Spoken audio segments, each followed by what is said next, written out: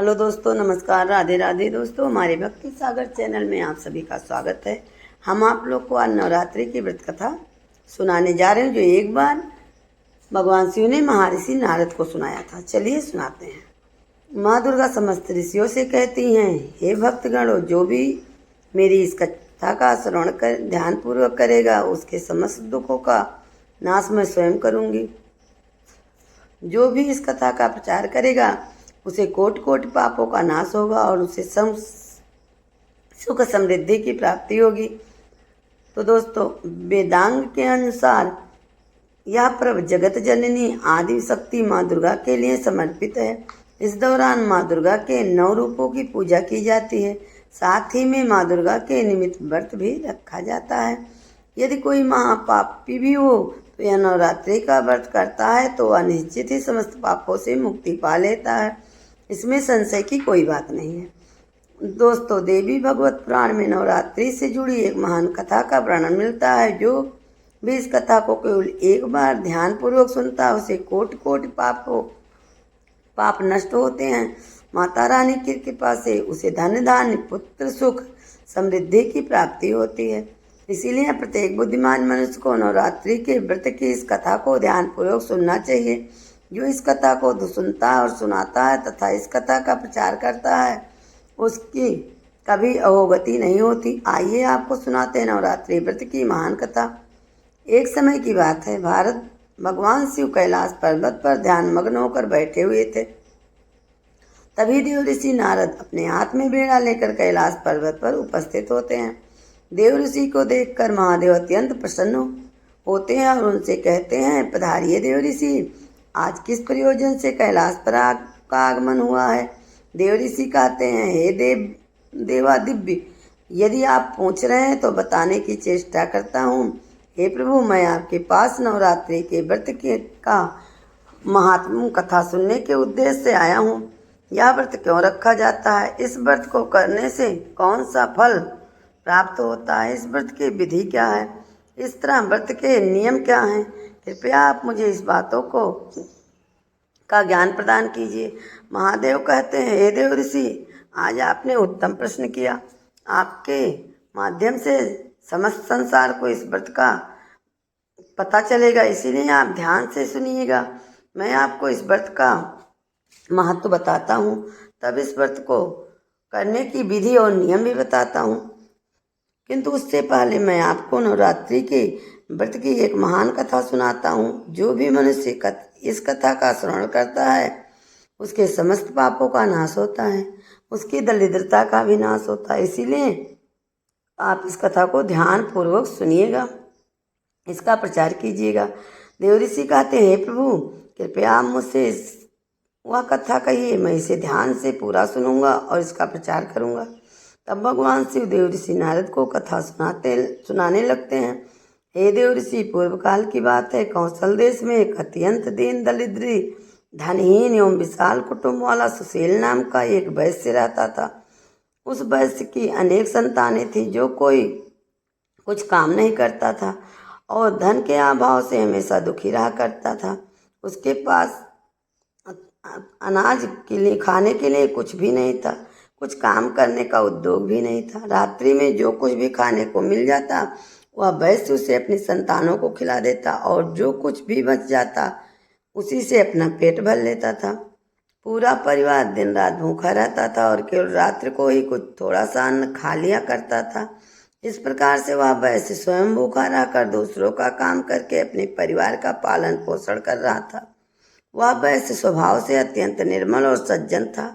वह धर्मपरायण, शांत, सदाचारी, सत्यवादी, क्रोध न करने वाला, धैर्यवान और अभिमान रहित था। वह प्रतिदिन देवताओं और पितरों को पूजन करता था, अपने द्वार पर आए हुए अतिथियों की पूजा किया करता था और सभी को भोजन कराने के बाद जो कुछ भी बच जाता, उसी से अपना गुजारा चला लिया करता था। कुछ समय बीतने के बाद एक विद्वान ब्राह्मण सुशील नाम के वैश्य के घर पर आया। सुशील ने ब्राह्मण को दान देकर उसका स्वागत सत्कार किया तथा उसे हाथ जोड़कर प्रणाम करके अत्यंत व्याकुल होकर उस ब्राह्मण से इस प्रकार कहने लगा, हे ब्राह्मण देवता, यदि आप हमारे अतिथि धर्म से प्रसन्न हैं तो क्या हम आपसे कुछ पूछ सकते हैं? ब्राह्मण कहने लगा, महात्मा, आपकी चर्चा तो चारों तरफ फैली हुई है। आप एक महान दानी और आप अतिथियों का सत्कार स्वागत प्रेम से करते हैं। इसी कारण से मैं आपके पास आया हूँ। कृपया आप संकोच ना करते हुए आपको जो भी शंका हो पूछ लीजिए। तब वह वैश्य कहता, हे ब्राह्मण देवता, कृपया करके आप मुझे बताइए कि मेरी दरिद्रता का नाश निश्चित रूप से कैसे हो सकता है।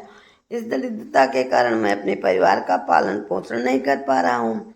हे ब्राह्मण देवता, मुझे धन की अभिलाषा नहीं है, किंतु मैं आपसे कोई ऐसा उपाय पूछ रहा हूँ जिससे मैं अपने कुटुंब का पालन पोषण करने के लिए समर्थ हो जाऊँ। मेरे पुत्रियाँ भूखे से पीड़ित होकर भोजन के लिए बहुत रोते हैं और मेरे घर में इतना भी अन्न नहीं रहता कि मैं उसे मुट्ठी भर अन्न दे सकूं। उसका दुख मुझसे देखा नहीं जाता। आज मैंने अपने रोते हुए बालकों को घर से निकाल दिया है और वहीं कहीं चले गए हैं। इसलिए मेरा हृदय शोक अग्नि में जल रहा है। धन के अभाव में मैं क्या करूं? मेरी पुत्री भी विवाह की योग्य हो गई है, किंतु उसको विवाह करने के लिए मेरे पास कुछ भी नहीं है। कन्यादान का समय भी बीता जा रहा है। इस विपत में इसी कारण मैं चिंतित हूँ। हे दया निधान, आप तो विद्वान हैं, आप अवश्य ही मुझे कोई ऐसा तप मंत्र तथा उपाय बताइए जिससे मैं अपने परिवार का पालन पोषण कर सकूं। वह बोला, महाभाग्य हो सकता है, कृपया आप अपने ज्ञान के बल से विचार करके मुझे कोई उपाय बताइए।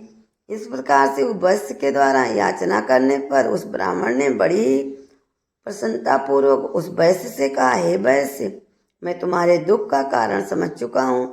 तुम चिंता मत करो, मैं तुम्हें अवश्य ही उपाय बताता हूँ। तुम अब नवरात्रि के व्रत का अनुष्ठान करो। इसमें तुम भगवती की पूजा हवन करो, देवी के मंत्रों का उच्चारण करो। इससे तुम्हारे सभी कार्य सिद्ध हो जाएंगे, तुम्हारी दरिद्रता नष्ट हो जाएगी। हे वैश्य, नवरात्रि नामक इस पवित्र तथा सुखदायक व्रत से बढ़कर इस पृथ्वीलोक पर अन्य कोई व्रत नहीं है। यह व्रत सदा ज्ञान और मोक्ष देने वाला है, सुख तथा संतान की वृद्धि करने वाला है एवं शत्रुओं का पूर्ण रूप से विनाश करने वाला है। वनवास गमन के दौरान देवी सीता के वियोग में अत्यंत दुखी होकर श्री राम ने किष्किंधा पर्वत पर इस व्रत को किया था। इसी व्रत के प्रभाव से उन्होंने महासागर पर सेतु की रचना करके रावण और उनके पुत्रों का संहार किया था और सीता को प्राप्त किया था। महादेव कहते हैं, हे देव ऋषि, इस प्रकार से ब्राह्मण ने नवरात्रि के व्रत का महत्व उस वैश्य को सुना दिया, जिसे सुनकर वह वैश्य बहुत खुश हुआ और उसने उस ब्राह्मण को अपना गुरु मान लिया और उनसे देवी के मंत्र की दीक्षा ली। तत्पश्चात उस वैश्य ने अत्यंत भक्तिपूर्वक नवरात्रि के उस मंत्र का जाप किया और अनेक विधि तथा उपायों से भगवती का पूजन किया। इस प्रकार से उस वैश्य ने 9 वर्षों तक नवरात्रि के व्रत का अनुष्ठान किया और फिर 9वें वर्ष के अंत में अष्टमी तिथि को अर्धरात्रि आने पर साक्षात महेश्वरी जगत जननी जगदम्बा ने उस वैश्य को दर्शन दिए और कहा, हे पुत्र, मैं तुम्हारी भक्ति और पूजा से अत्यंत खुश हूँ। तुम्हें जिस भी वर की कामना है निसंकोच होकर मांग लो। तुम्हें जो चाहिए वह मैं तुम्हें प्रदान करूँगी। साक्षात माँ दुर्गा जगत जननी को अपने सामने खड़ा देखकर उस वैश्य का अंग अंग कांपने लगा। उसकी आंखों से आंसू झलकने लगे। माँ दुर्गा के उस अद्भुत दिव्य स्वरूप को देखकर वह वैश्य हर्ष से उत्साहित होने लगा और फिर उस वैश्य ने माता को प्रणाम करके कहने लगा, हे माँ, मैं आपके दर्शन करके ही धन्य हो गया। माता, आपका दर्शन अत्यंत दुर्बल है। आप तो सचमुच त्रिलोक सुंदरी, सर्वशक्तिमान, समस्त संसार की जननी है। मुझ जैसे साधारण भक्त को आपने दर्शन देकर बड़ा उपकार किया। हे माँ, अब मेरे मन में कोई कामना नहीं है। आपके दर्शन से ही मेरे सारे दुख मिट गए हैं। माँ, केवल मुझ पर इतनी कृपा कीजिए कि मेरे पुत्र पुत्रियाँ को पर्याप्त भोजन हो सके, जिससे उनका नित्य का भूखा न सोना पड़े। सुशील की विनम्रता और उनकी निर्धारित स्थिति को देखकर माँ दुर्गा ने मधुर मुस्कान से कहा, हे पुत्र, मैं आपकी सच्ची भक्ति और तुम्हारे तप से प्रसन्न हूँ। तुम्हारी दरिद्रता का अंत अब होगा। तुम्हारा घर धन निधान से भर जाएगा और तुम्हारे परिवार की सारी समस्याएं समाप्त हो जाएंगी। तुम्हारे बच्चों को भी अच्छा भविष्य मिलेगा और तुम्हारी पुत्री का विवाह भी जल्द ही होगा। तुम्हारी पीढ़ियां सुख और समृद्धि से पूर्ण होंगी। इतना कहकर देवी दुर्गा अंतर्ध्यान हो गई। उस क्षण सुशील वैश्य के घर प्रकाश से भर गया और उसकी दरिद्रता समाप्त हो गई। देखते ही देखते उसके छोटे से घर की जगह एक विशाल महल खड़ा हो गया। उस महल के स्वर्णमणियों और बहुमूल्य रत्नों का भंडार भर गया। उसकी सारी संतानें खुश और तृप्त हो गईं। सुशील के पास अब न केवल अपने परिवार के लिए अन्न था, बल्कि वह दूसरों की मदद भी करता था। समय बीतता गया और सुशील वैश्य की पुत्री का विवाह और धूमधाम से संपन्न हुआ। सुशील वैश्य ने अपनी भक्ति और श्रद्धा को कभी भी नहीं छोड़ा। माँ दुर्गा के प्रति आभार व्यक्त करता रहा। उसका जीवन अब आनंद और समृद्धि से भरपूर हो गया। उसके परिवार ने भी माँ दुर्गा के प्रति भक्ति और समर्पण को अपनाया और वो सभी माँ के आशीर्वाद से सुखी जीवन व्यतीत करने के लिए भगवान शिव कहते हैं, हे देव ऋषि, इसी प्रकार से मैंने आपको नवरात्रि के व्रत की महान कथा सुनाई है। इस कथा को सुनने मात्र से ही नवरात्रि का व्रत सफल हो जाता है और पूरे नवरात्रि व्रत भर उपवास करने से असमर्थ लोगों के लिए 3 दिन का उपवास भी यथोफल प्राप्त करने वाला बताया गया है। भक्ति भाव से केवल सप्तमी, अष्टमी और नवमी इन 3 रात्रि को माँ देवी की पूजा करने से सभी फल सुलभ हो जाते हैं। पूजन, हवन, कुमारी पूजन तथा ब्राह्मण भोज इसको संपन्न करने से वह नवरात्र व्रत पूरा हो जाता है। इस पृथ्वी लोक में जितने भी प्रकार के व्रत एवं दान हैं, वे इस नवरात्रि व्रत के तुल्य नहीं है, क्योंकि यह व्रत सदा धन दान प्रदान करने वाला तथा संतान की वृद्धि करने वाला, आयु तथा आरोग्य प्रदान करने वाला और स्वर्ग तथा मोक्ष देने वाला, विद्या, धन अथवा पुत्र, इनमें से मनुष्य किसी भी कामना हो तो उसे इस सौभाग्य तथा कल्याणकारी व्रत का विधिपूर्वक अनुष्ठान करना चाहिए। इस व्रत का अनुष्ठान करने से विद्या चाहने वाला मनुष्य समस्त विद्या प्राप्त कर लेता है और अपने राज्य से वंचित राजा फिर से अपना राज्य प्राप्त कर लेता है। पूर्व जन्म में जिन लोगों द्वारा उत्तम व्रत नहीं किया, वे इस जन्म में रोगग्रस्त, दरिद्र तथा संतान रहित होते हैं। जो स्त्री बांझा, विधवा अथवा धनहीन है, उसके विषय में यह अनुमान कर लेना चाहिए कि उसने अवश्य पूर्व जन्म में यह व्रत नहीं किया था। जिस मनुष्य ने दुख, संतान का नाश करने वाली, सिद्धियां देने वाली, जगत में श्रेष्ठ, सशांत तथा कल्याणकारी स्वरूपी भगवती का उपासना नहीं की, वह इस पृथ्वी तल पर सदा ही अनेक प्रकार के कष्टों से ग्रस्त, दरिद्र तथा शत्रुओं से पीड़ित रहता है। हे देव ऋषि, अब मैं आपको इस व्रत से जुड़े नियम बताता हूँ, इसे ध्यान से सुनिए। नवरात्रि के व्रत का आरंभ तब होता है जब मनुष्य दृष्ट निश्चय और शुद्ध हृदय से व्रत करने का संकल्प लेता है। यह संकल्प ही उस यात्रा का आरंभ है जो व्यक्ति को देवी दुर्गा की कृपा पहुँचाता है। जब कोई कृति देवी दुर्गा की उपासना के लिए व्रत का संकल्प करता है तो उसे अपना मन और शरीर शुद्ध रखना चाहिए। शुद्धता केवल बाहरी नहीं बल्कि मन की आंतरिक प्रतिबद्धता भी आवश्यक है। यही कारण है कि व्रत का आरंभ संकल्प से होता है, जिसमें व्यक्ति अपने आप को देवी दुर्गा के चरणों में समर्पित कर देता है। व्रत के दौरान भोजन का विशेष ध्यान रखना चाहिए। केवल वही अन्न ग्रहण करना चाहिए जो पवित्र हो और बिना तामसिक पदार्थों के बना हो। यदि कोई पूरे 9 दिन तक उपवास रखता है तो यह श्रेष्ठ माना जाता है, लेकिन यदि शारीरिक कारणों से ऐसा संभव न हो तो फलाहार या एक समय का भोजन ग्रहण किया जा सकता है। भोजन में सात्विकता होनी चाहिए, अर्थात प्याज, लहसुन और मांसाहार से दूर रहना चाहिए। संयम से जीवन जीना ही सच्ची उपासना है।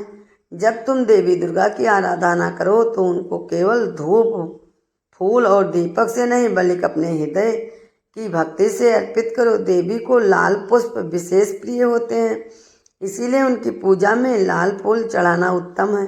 लेकिन इससे भी अधिक महत्वपूर्ण है अपने मन का पूर्ण समर्पण। पूजा के समय अपने मन को देवी दुर्गा के 9 रूपों में से हर एक रूप के प्रति समर्पित करो। हर दिन एक रूप की पूजा करो और उनकी शक्ति का ध्यान करो। पूजा के साथ साथ उनकी महिमा का गान करना चाहिए, उनकी कहानियों को सुनना चाहिए और अत्यंत शुभ माना जाता है। इस व्रत के इन दिनों में क्रोध, लोभ, मोह और देश से दूर रहना चाहिए। यह समय अत्यंत नियंत्रण और साधना का। अपने मन में सत्य, अहिंसा और संयम के नियमों का पालन करो। इस दौरान अपने शब्दों और कर्मों से किसी का दुख न दुखाओ। यह व्रत केवल शरीर को कष्ट देने का नहीं बल्कि आत्मा को शुद्ध करने का समय है। जितना अधिक तुम अपने मन और हृदय को पवित्र रखोगे उतनी ही देवी दुर्गा की कृपा तुम पर बरसेगी। नारद ध्यान से इस व्रत को एक अभिमंत्र अंग है। देवी के मंत्रों का जाप करो और उनके स्वरूप का ध्यान करो। जब तुम ओम दुर्गाय नमो मंत्र का जाप करोगे तो वह शक्ति और साहस को उत्पन्न करेगा। ध्यान में बैठकर देवी के दिव्य रूप का चिंतन करो, उनकी महिमा का समर्पण करो, जिससे तुम्हारे भीतर की नकारात्मक ऊर्जा दूर हो जाएगी और शांति का अनुभव होगा। जब नवरात्रि के अंतिम दिन आते हैं तो देवी की कृपा को पाने के लिए कन्याओं का पूजन करना अत्यंत महत्वपूर्ण है। कन्या देवी का ही रूप मानी जाती हैं। इस 9 कन्याओं को आमंत्रित करके उनकी सेवा करो, उन्हें भोजन कराओ, उनका पैर धोकर आशीर्वाद लो। यह पूजन तुम्हारी साधना को पूर्णता की ओर ले जाएगा। और हाँ, इस व्रत के दौरान तामसिक आहार से दूर रहना आवश्यक है। मांस, मदिरा और तामसिक वस्त्रों से दूरी बनाकर रहना चाहिए। एकदम सात्विक जीवन जीना चाहिए जिससे उनकी साधना में कोई विघ्न न हो। यह 9 दिन केवल तपस्या के दिन नहीं बल्कि आत्मदित जागरण के दिन है। भगवान शिव ने नारद को नवरात्रि के व्रत का महत्व समझाते हुए कहा, यह व्रत केवल सांसारिक इच्छाओं की पूर्ति के लिए नहीं बल्कि आत्मा की उन्नति के लिए है। जो श्रद्धा और भक्ति से इस व्रत का पालन करता है वह देवी दुर्गा की कृपा से सारे कष्टों से मुक्त हो जाता है और उसकी सभी इच्छाएं पूरी होती हैं। इसीलिए हे नारद, जो भी इस व्रत का संकल्प ले उसे तन, मन और आत्मा की पूर्ण पवित्रता के साथ इस साधना को करना चाहिए। इस प्रकार से भगवान शिव जी ने नवरात्रि का महत्व और कथा सुनाई। आप लोग को यह कथा कैसी लगी कमेंट में ज़रूर बताइएगा। और पूजा करते समय अगर आपको ऐसा प्रतीत हो कि माँ दुर्गा की मूर्ति आपको देखकर मुस्कुरा रही है अथवा माँ दुर्गा के होंठ हिल रहे हैं, तो आपको अचानक ही ऐसा महसूस हो कि माँ दुर्गा आपकी तरफ ही देख रही हैं, तो यह बड़ा ही शुभ संकेत है। यदि आप माँ के चरणों में अपना माथा टेकते हैं और अचानक ही फूल उनके ऊपर से गिर जाता है तो यह संकेत कि माँ आपकी भक्ति से अत्यंत खुश हैं, आपकी कोई मनोकामना अवश्य पूर्ण हो जाएगी। दूसरा संकेत, यदि नवरात्रि में आपके द्वार पर कोई कन्या लाल वस्त्र धारण करके पधारे तो उस कन्या को देखकर आपका मन अत्यंत प्रसन्न हो जाता है, तो यह अद्भुत ही शुभ संकेत है। आपको उस कन्या को कोई भेंट वस्तु औषधि देनी चाहिए। साक्षात माँ दुर्गा उस कन्या के रूप में आपको संकेत दे रही हैं। और यदि नवरात्रि में आपके सामने में कोई कन्या दिखाई पड़ती है जो आपको देखकर बार बार मुस्कुरा रही है, तो आपको समझ लेना चाहिए कि माँ आपकी भक्ति से बहुत खुश है और अब आपके जीवन में बुरा समय समाप्त होने वाला है। तीसरा संकेत, यदि आप सपने में माँ के पद चिन्ह दिखाई पड़ते हैं तो आप अपना पद चिन्हों को पीछा कर रहे हैं, लेकिन आपको माँ दुर्गा कहीं पर भी नहीं दिखाई पड़ती हैं। आप सपने में माँ को खोजने के लिए इधर उधर भाग रहे हैं, तो यह भी एक शुभ संकेत है। अगर आपको ऐसा भी सपना आता है तो आपके दुखों का अंत होगा। घर में यदि कोई बीमार है तो वह पूर्ण रूप से स्वस्थ होगा। चौथा संकेत दोस्तों, यदि आप माँ दुर्गा की आरती अथवा आराधना कर रहे हैं और आप माँ की भक्ति से पूर्ण रूप से डूब गए हैं और अचानक ही आपकी आंखों से आंसू आने लग जाएं, आपके मन में एक विचित्र भाव प्रकट हो जाए जिसे आप समझ नहीं पा रहे हैं, तो यह माँ का ही संकेत है।